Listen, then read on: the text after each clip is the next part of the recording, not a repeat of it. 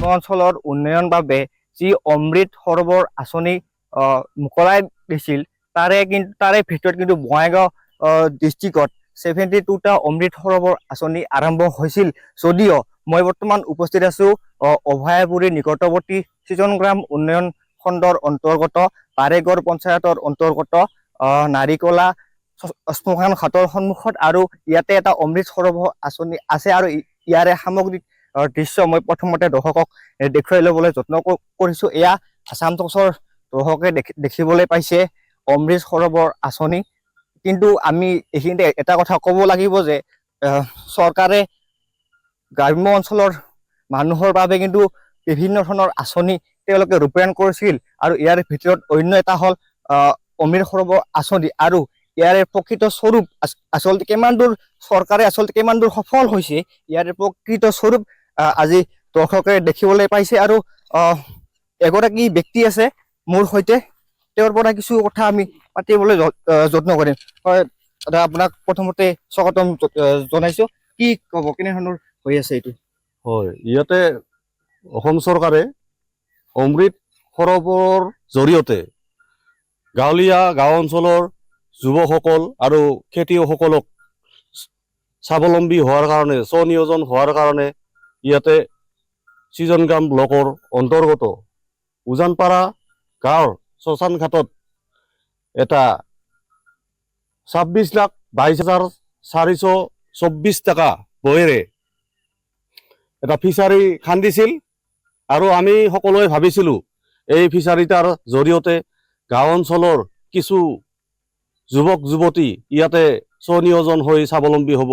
কিন্তু আঁচনিখন ঠিক তেনে পৰিপূৰ্ণ হৈ নুঠিল আৰু সফল নহ'ল। গতিকে আঁচনিখন এনে চৰকাৰৰ পইচাখিনি অপচয় হোৱা বুলি আমাৰ ধাৰণা হৈছে।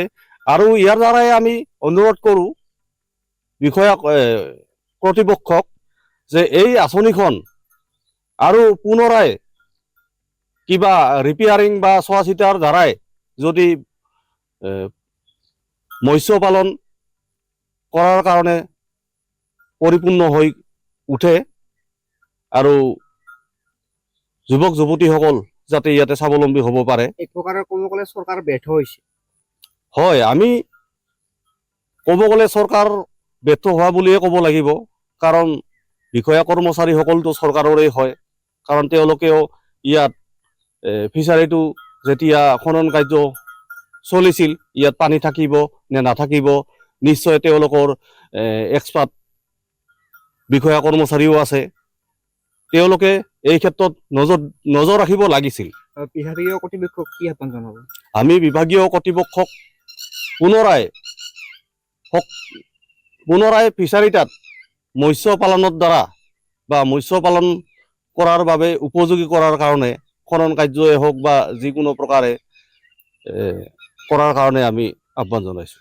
এই মুহূৰ্তত এখেতক ধন্যবাদ জ্ঞাপন কৰিছোঁ। আৰু এইখিনিতে এটা কথা ক'ব লাগিব যে চৰকাৰে যি ভাল উদ্দেশ্যৰে যি অমৃত সৰোবৰ আঁচনি তেওঁলোকে মুকলাই দিছিল, কিন্তু প্ৰকৃততে আচলতে সেই আঁচনিৰ যোগেদি কিন্তু সাধাৰণ গ্ৰাম্য ৰাইজে কিন্তু এতিয়ালৈকে স্বাৱলম্বী হ'ব পৰা নাই, বা এই অমৃত সৰোবৰ আঁচনিৰ জৰিয়তে তেওঁলোকে কিন্তু কোনো ধৰণৰ লাভ এতিয়ালৈকে হোৱা আমি দেখিবলৈ পোৱা নাই। আৰু পুনৰবাৰ আমি দৰ্শকক দেখাবলৈ বিচাৰিছোঁ যে এয়া চাওক, দৰ্শকে দেখিবলৈ পাইছে চাৰিওফালে কেৱল জংঘলহে জংঘল।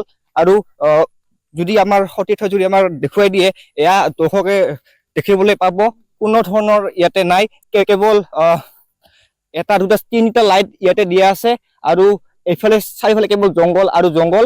আৰু এইখিনিতে এটা কথা ক'ব লাগিব যে এতিয়াও সময় আছে, যদি চৰকাৰে বা বিভাগীয় কৰ্তৃপক্ষই যদি এই অমৃত সৰোবৰ আঁচনি যদি পুনৰবাৰ খুন্দি যদি মৎস্য পালন কৰে, কিন্তু ইয়াৰে স্থানীয় যিসকল লোক আছে তেওঁলোকৰ যথেষ্টখিনি সুবিধা হ'ব।